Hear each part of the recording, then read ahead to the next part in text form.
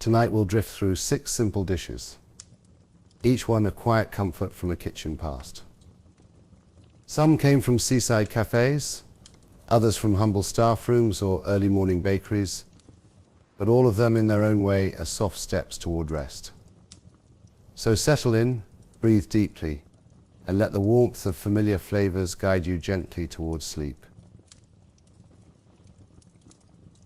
The first recipe tonight is chocolate mug cake with a pinch of sea salt.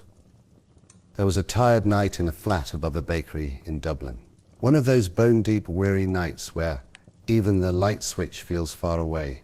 I remember it vividly, not because of anything grand or dramatic, but because of what we made with almost nothing. The bakery below had closed hours before. The ovens had long since cooled, and the scent of croissants and rye loaves had faded into the wooden beams. Upstairs it was quiet, cold tiles, one flickering bulb in the kitchenette, and 3 young bakers collapsed after the shift of a lifetime. We opened the fridge in hope, only to find disappointment. A near-empty carton of milk, some butter, a few eggs we'd saved for morning, but on the shelf above the kettle was a half-used tin of cocoa, and beside it a little jar of sea salt someone had brought back from a trip to the coast. In the cabinet, a bag of flour, sugar, and just enough baking powder. That was all. And that's when someone, maybe Liam, maybe me, muttered, "I bet we could make cake in a mug." It sounded absurd, but absurdity is the seed of invention, especially when you're hungry. We didn't measure precisely, just spooned with instinct and memory. A few tablespoons of flour into a mismatched mug, a spoon and a half of cocoa, dark and bitter, sugar to soften the edge, a pinch of baking powder, then a little splash of milk, enough to make it stir. 1 egg, a dollop of butter, melted quick in the microwave. We stirred with a fork, the way you would a late-night thought, lazy but thorough. And then came the sea salt. Just a tiny pinch between 2 fingers. That's when I knew it might actually be something. Salt sharpens chocolate, you see, brings out its shadows, gives it shape. It's the secret that turns a quick fix into a little act of art. We put the mug in the microwave, holding our breath like it was a soufflé. 60 seconds. Then 10 more. The smell hit first, rich, warm, like the bakery had come alive again just for us. We each took a spoon. The top was soft, the middle gooey like warm truffle, and the bottom held just a bit of that molten chocolate shimmer. We passed it around like communion. No plates, no manners, just heat and sweetness and steam on the window panes. And for that moment, we felt rich. Not because it was fancy. It wasn't. But because it was ours. Because we turned flour and fatigue into something worth remembering. I've made hundreds of desserts since. Triple-tiered torte, brulee with sugar crusts so delicate they crack like thin ice. But that mug cake, eaten half sitting, half lying on a lopsided couch in a room barely warmer than the outside air, taught me more about comfort than any kitchen ever did. Now some nights when the world is quiet and I don't want to think too hard, I reach for a mug. I spoon in flour, just 2 heaping ones, cocoa, sugar, and a little baking powder, an egg if I have one, a splash of milk, a bit of melted butter, stir slowly, like I'm remembering. Then that pinch of sea salt, always the salt, and into the microwave it goes. It puffs up like memory, rising just enough to remind me that small things can still surprise you. That warmth can come from the simplest places. That cake doesn't need a celebration. It can be the celebration. So if tonight you're tired, if your kitchen is dim and your cupboard's nearly bare, don't let that stop you. Make the cake, stir slowly, trust your instincts, and don't forget the salt. Because sometimes when the night is long and your feet are sore, the richest thing in the world is a warm mug in your hand, chocolate on your tongue, and silence in your heart. Sleep well now. There's sweetness in the quiet. That was recipe 1.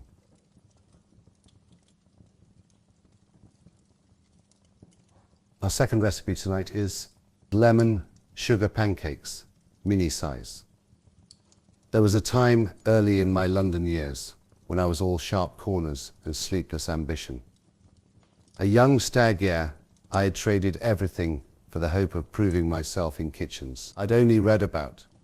I spent most days tucked in prep rooms, fingers nicked from peeling, heart thudding with anxiety. But Friday nights, that was when May made pancakes.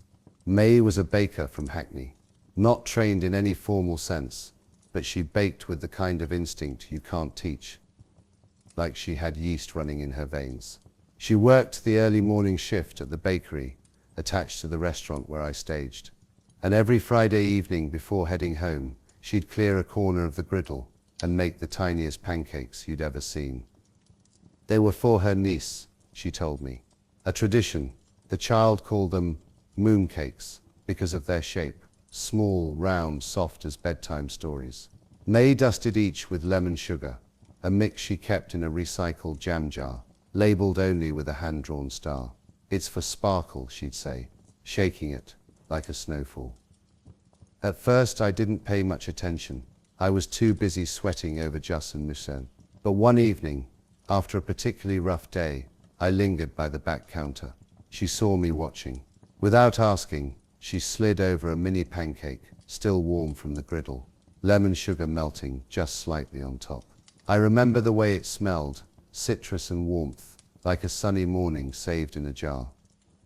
I took a bite. The edges were golden and slightly crisp, the center tender, with just the faintest tang from buttermilk and lemon zest. Sweet, but not cloying. Bright, like someone whispering a lullaby into your food. That night, May showed me how to make them. They're not real pancakes, she warned. They're gentler. They don't want to be flipped too soon, and they don't like being rushed. She mixed the batter by feel: flour, baking powder, a pinch of salt, a spoonful of sugar, and always the zest of one lemon. Then came the buttermilk, just enough to loosen the batter without letting it run. An egg, cracked with a tap on the counter. And finally, a splash of vanilla. For dreams, she joked. The griddle was low heat, the batter spooned in with care, just a tablespoon at a time. They puffed slightly, steam rising in small size. She waited until tiny bubbles formed and held, then flipped them gently, like tucking a child into bed. As they cooked, she handed me the jar of lemon sugar. Dust them while they're hot. Otherwise, the stars won't stick. I made them with her for months, even after my stage ended, even as I moved on to more demanding kitchens. Something about those mooncakes stayed with me. The quiet they invited, the small joy they offered, without needing to impress. Now, when the world feels like too much, or I need to wind down from the noise of grown-up life, I make them. Just a few, small, soft, dusted in lemon sugar. I call them mooncakes too. I mix the batter slow. I zest the lemon with care. I heat the pan gently, and when I flip each cake, I do it like May taught me, with patience, with calm, with the kind of kindness that can only live in small things. So if tonight you need something gentle, something that won't demand much, but will give you everything, make these. Make them tiny. Call them mooncakes if you like. Dust them with lemon sugar like stardust, and eat them warm, one by one, as the sky darkens and the world softens. Then rest. Sleep with the scent of lemon still lingering on your fingers, and dream of soft griddles, patient hands, and a baker who believed pancakes could carry peace. Good night, and sweet dreams. That was recipe 2. Good night.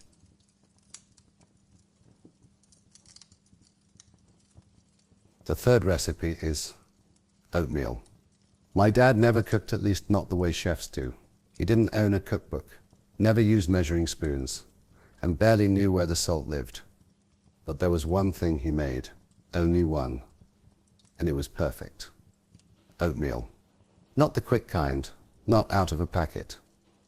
No, his was the old-fashioned sort. Rolled oats stirred into simmering milk, sweetened just so, finished with a knob of butter, so rich it glazed the top like satin. He only made it on cold nights. The wind would start its song against the windows, that long whistling moan that curled under the doors, and he'd say, "Oats will keep the cold out of your dreams." He used the same dented saucepan every time, a battered little thing with a wooden handle that had grown smooth from years of use. I don't know where it came from. Maybe it had been his mother's, or maybe it just lasted longer than it had any right to. But in that pan, something ordinary became something sacred. He'd start by warming the milk. Always whole milk. He said skim was for cats, not children. The pan would sit on the back burner, low heat, never rushed. And he'd stir it now and then, leaning on the counter with a kind of quiet patience that was rare for him. Then came the oats, just a small scoop from the jar he kept near the flour. He never said how much, just poured until it felt right. And in they went, raining into the milk like tiny promises. He'd stir them in gently, slowly, until they thickened, until the spoon started to drag a little with each turn. That smell, warm grain and cream, would fill the whole house. It softened the edges of everything. The drafty windows didn't feel so harsh. The long, dark halls didn't seem so wide. It was like someone had tucked the house in, just like he was about to tuck me in. Once it was just the right consistency, not too thick, never runny. He'd ladle it into 2 bowls, one for me, one for him, and then came the finishing touches. A pat of butter, golden and cool, dropped into the middle like a prize. A sprinkle of brown sugar, never stirred in all the way, so you'd get little pockets of sweetness, unexpected and bright. Sometimes, if he felt fancy, he'd shave a bit of cinnamon over the top, but only sometimes. We never ate it at the table. No, we'd sit on the old sofa, legs wrapped in blankets, bowls warm in our hands.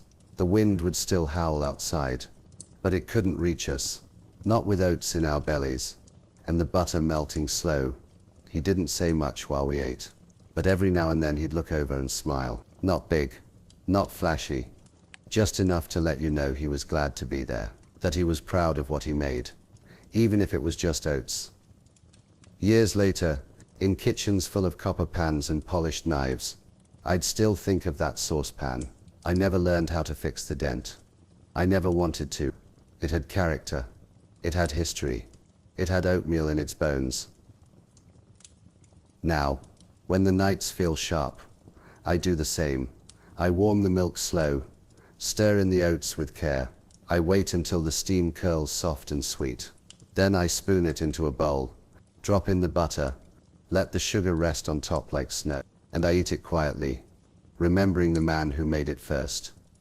I remember how he never once rushed it, how he used food not to impress, but to protect, how one humble bowl could make you feel safe, even when the wind wouldn't stop. And maybe that's all we really need before bed. Not grandeur, not noise, just warmth, just a little sweetness, just the sound of a spoon stirring something simple in a saucepan that's seen more than most. So if the night is cold and the silence long, make yourself a bowl, let the milk warm slow and steady, let the oats rise and swell, add the butter, the sugar, and maybe a memory or two of someone who made you feel cared for. And as you finish the last spoonful, let the warmth follow you to your blanket, to your breath, to your dreams. Sleep easy now, the wind can't find you here. That was recipe 3. The 4th recipe is cinnamon French toast with maple syrup. There was a pastry chef I worked under in Montreal, older, with hands that moved like he'd lived 1,000 kitchens. On quiet winter mornings, he'd stand by the back window of the bakery, watching snow fall like flour from the sky. He used to say French toast isn't a recipe, it's an apology, soft, sweet, and slow. And every snow day, without fail, he'd make it. Not for the menu, not for the guests, just for the staff. Those were the best mornings. The whole city blanketed in hush. The early deliveries delayed, the rush softened by the weather. You could hear the radiators creak, the light hum of the mixer, and in the background the sound of eggs being cracked. He always started with the bread d'éole brioche, if he had it, challah if not. It had to be slightly stale. That was his rule. Fresh bread floats, he'd say. Old bread listens. He'd slice it thick, nearly 2 fingers wide, then leave the pieces on a wire rack while he prepared the custard. He never called it batter. It was always custard. Eggs first. 4, sometimes 5, depending on how many mouths needed warming. Into a wide bowl they went, with a steady hand and no rush. Then the milk, whole cold, poured with precision. A splash of cream if it was on hand. The whisking was gentle, not frothy. Just enough to blend the yolks and whites into the pale gold of early morning. Then the cinnamon, 2 pinches, maybe 3, stirred in so it bloomed slowly through the mix. And a whisper of nutmeg, grated fresh from a little wooden mill, he kept in his apron pocket. I remember how the kitchen would fill with the scent of it, cinnamon and cream, bread soaking quietly on a tray. He'd never rush that part. Each slice needed time, needed to sit and absorb, until it was heavy with warmth, like a blanket draped over cold shoulders. The pan was always cast iron. He'd heat it slowly, then add a bit of butter, letting it melt the edges before placing the bread in 1 slice at a time, as if tucking them in for a nap. The sizzle was soft, not sharp. If it shouts, the pan's too hot, he used to say. He never flipped them too soon. He waited until the underside turned golden and crisp at the edges, like the top of a good creme brulee. Then he'd turn them gently, letting the second side brown just as patiently. The smell by then was rich and sweet and full of memory. And then, just before serving, he'd warm the maple syrup, not boil, just warm. Cold syrup is cruel, he once said with a smile. He kept a small enamel pot just for it, letting the syrup loosen and shine, ready to pour like silk over the toast. He never stacked them high, just 2 slices, side by side, on a warm plate, with a quiet drizzle of syrup that pooled around the corners. Sometimes he'd add a pat of butter on top, just to melt slowly, like snow on warm stone. We'd eat them standing, leaning against counters or stools, steam rising into the dim light of the prep room. No one spoke much on those mornings. We just chewed slowly, letting the warmth soak in. The toast was soft in the center, crisp at the edge, sweet with cinnamon and maple. It felt like an apology for all the long nights, the burnt fingers, the missed breaks. And somehow that made it taste better. I still make it on snow days, or even just the quiet ones, those evenings when the world feels a little far away and all you want is to feel held. I slice the bread thick, whisk the eggs slow, heat the pan with care.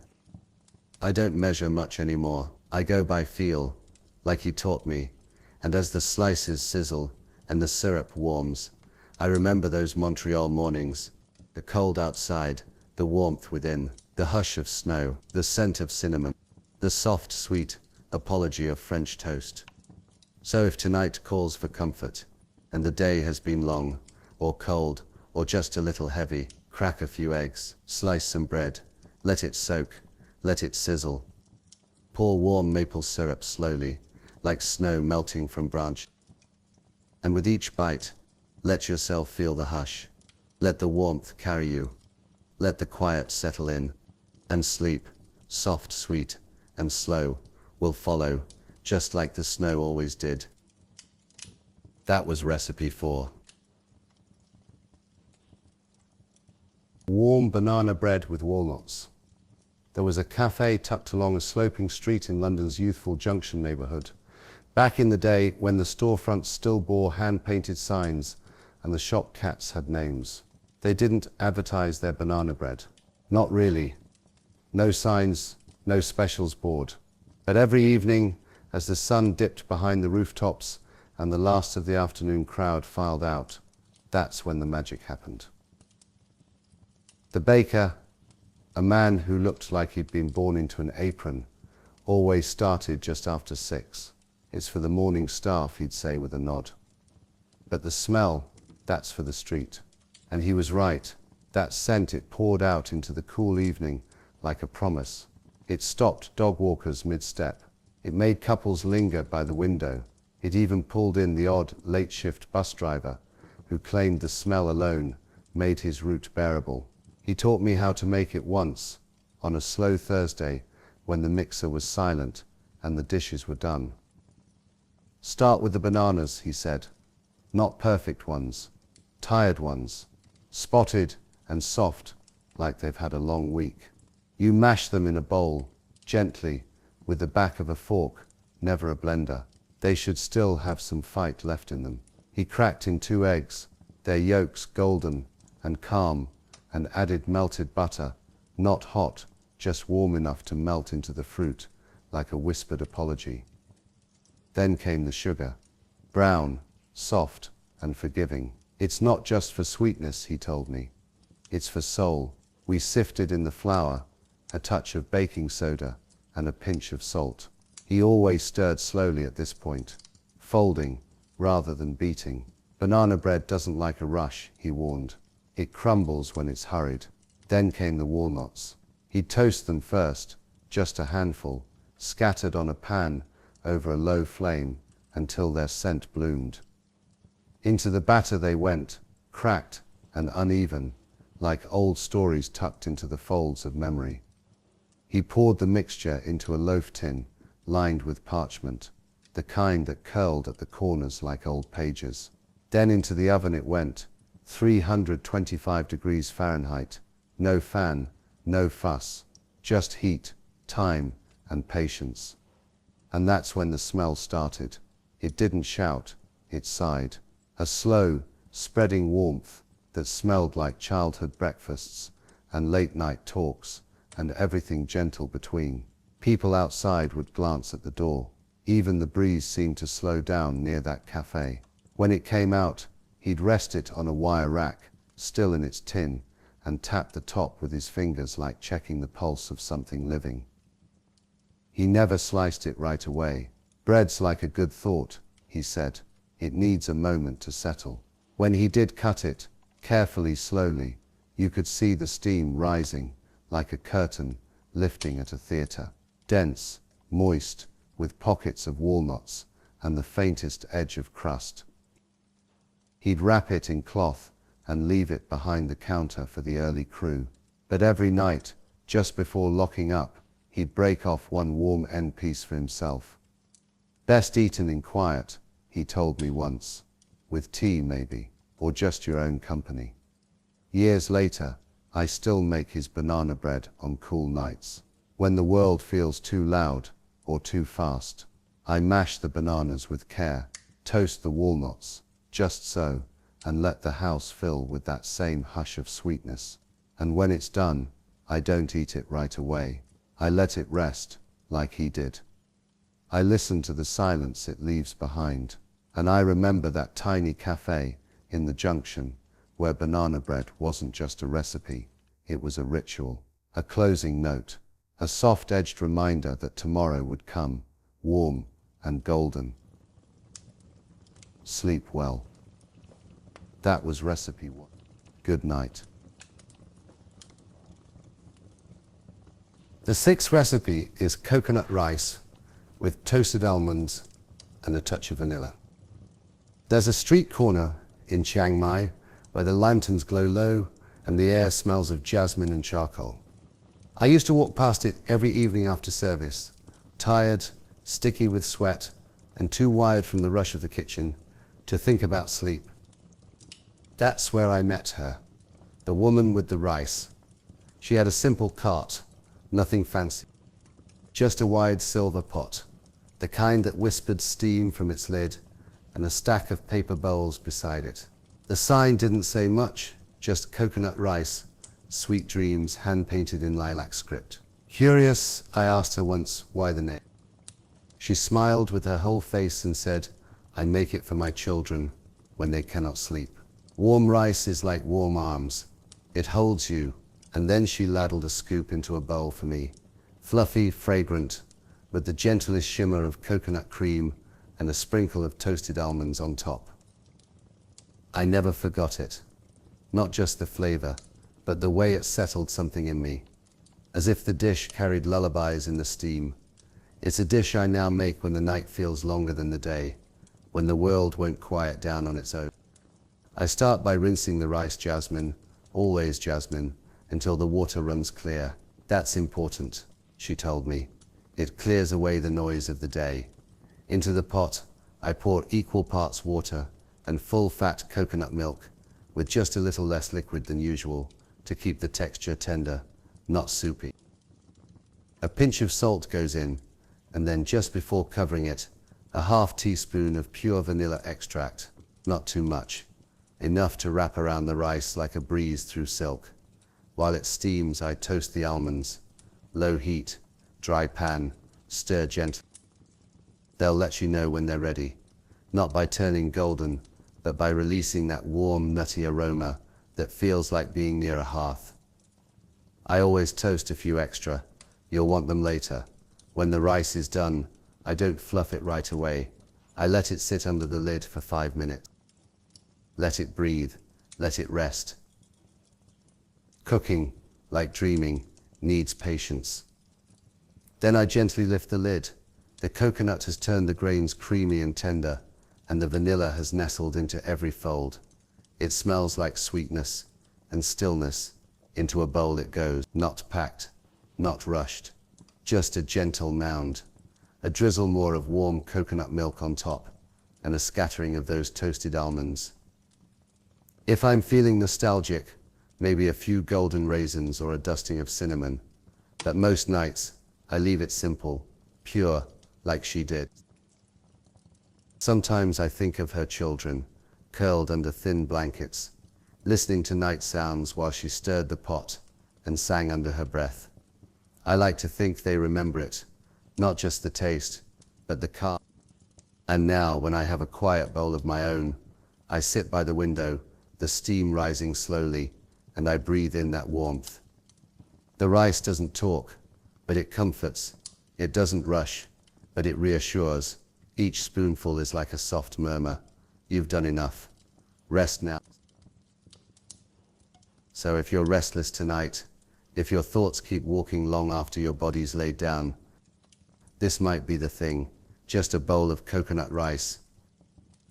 Gentle, vanilla-scented, almond-crisped, like warm arms, and perhaps in the hush after the last bite, your breath will slow, your shoulders will drop. The night will soften around you, and sleep will come quietly, the way rice steams steadily, tenderly, without fuss. That was recipe 6.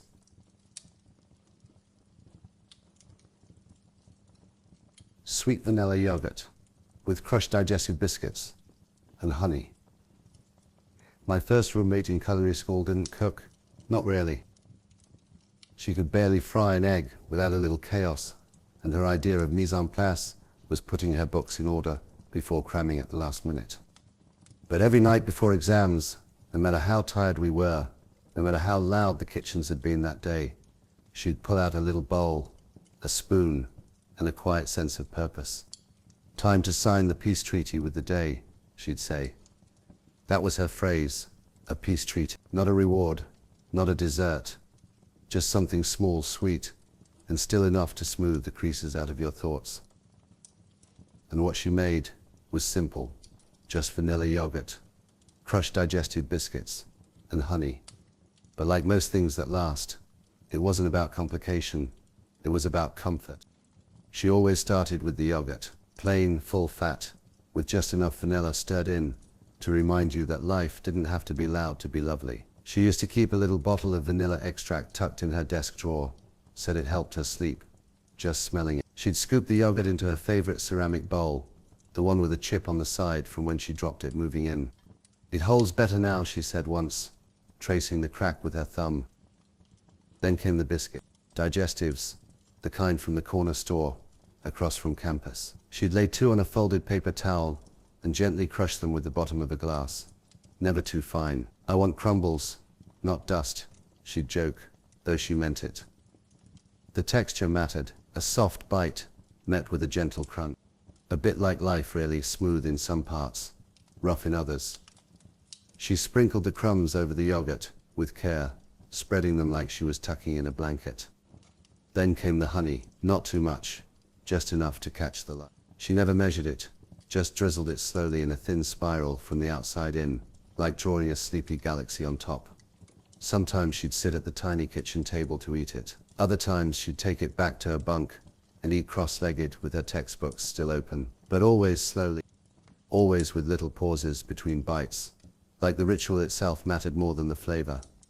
I remember watching her do this on a particularly cold evening, the kind of night where the wind rattled the windows and the streetlights looked like stars trapped in jars. We had our pastry practical the next morning, and nerves were high. She caught me staring and passed me a second bowl without a word. It surprised me how calming it was. The tang of the yogurt, the slight caramel of the biscuits, and that touch of honey on the tongue. It didn't shout. It didn't fill you up, but it quieted something inside, a settling of the breath. A little kindness after a day of burning sugar and clattering pans. Years later, I still make that peace treaty when my mind's too noisy to settle. I keep a jar of vanilla yogurt in the fridge and a sleeve of digestives in the cupboard, just in case. It doesn't need fuss or garnish, just the 3 ingredients and the memory of a friend who couldn't poach an egg but knew exactly how to rest. So tonight, as the hours grow still and sleep begins to edge into the room, let your thoughts crumble like those biscuits. Let the sweetness drizzle in quietly. Let the day go and make your own little treaty with the night. Sleep deeply. That was recipe 6.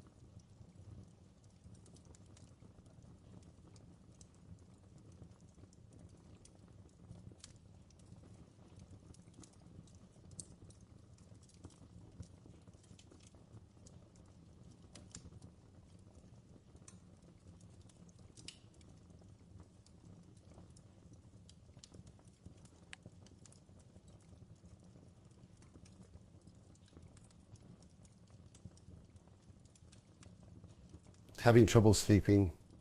I was once young and ambitious and had many sleepless nights. When I need to fall asleep, I may read, I may have a snack, but I always pull back fond memories to soothe my mind. Never of my restaurant and achieving my Michelin stars, but always of my first week at Hotel St. George, or learning the way to truly cook at the Box Tree. And finally, when I became a man at Le Gavroche. Search for your own memories, forget the troubles awaiting you, and drift off keeping in mind these recipes for sleep.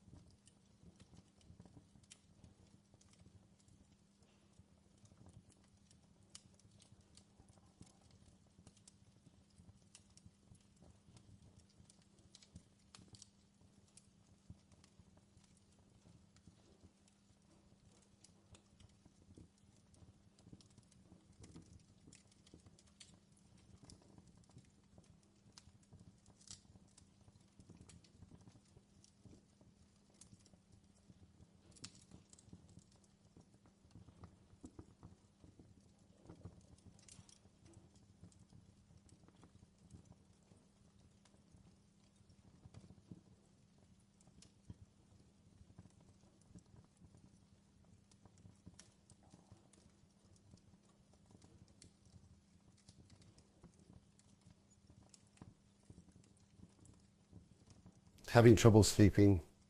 I was once young and ambitious and had many sleepless nights. When I need to fall asleep, I may read, I may have a snack, but I always pull back fond memories to soothe my mind. Never of my restaurant and achieving my Michelin stars, but always of my first week at Hotel St. George, or learning the way to truly cook at the Box Tree. And finally, when I became a man at Le Gavroche. Search for your own memories, forget the troubles awaiting you, and drift off keeping in mind these recipes for sleep.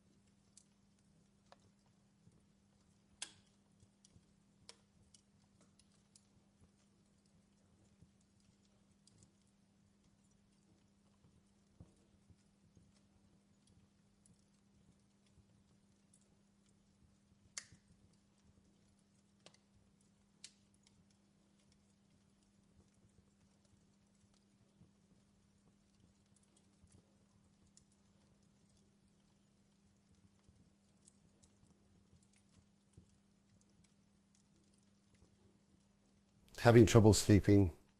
I was once young and ambitious and had many sleepless nights. When I need to fall asleep, I may read, I may have a snack, but I always pull back fond memories to soothe my mind. Never of my restaurant and achieving my Michelin stars, but always of my first week at Hotel St. George, or learning the way to truly cook at the Box Tree. And finally, when I became a man at Le Gavroche. Search for your own memories, forget the troubles awaiting you, and drift off keeping in mind these recipes for sleep.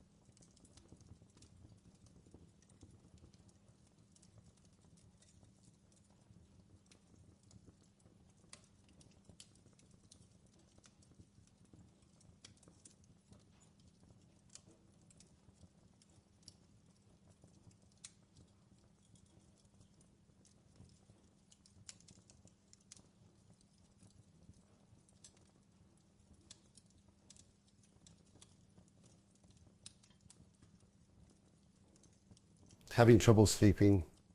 I was once young and ambitious and had many sleepless nights. When I need to fall asleep, I may read, I may have a snack, but I always pull back fond memories to soothe my mind.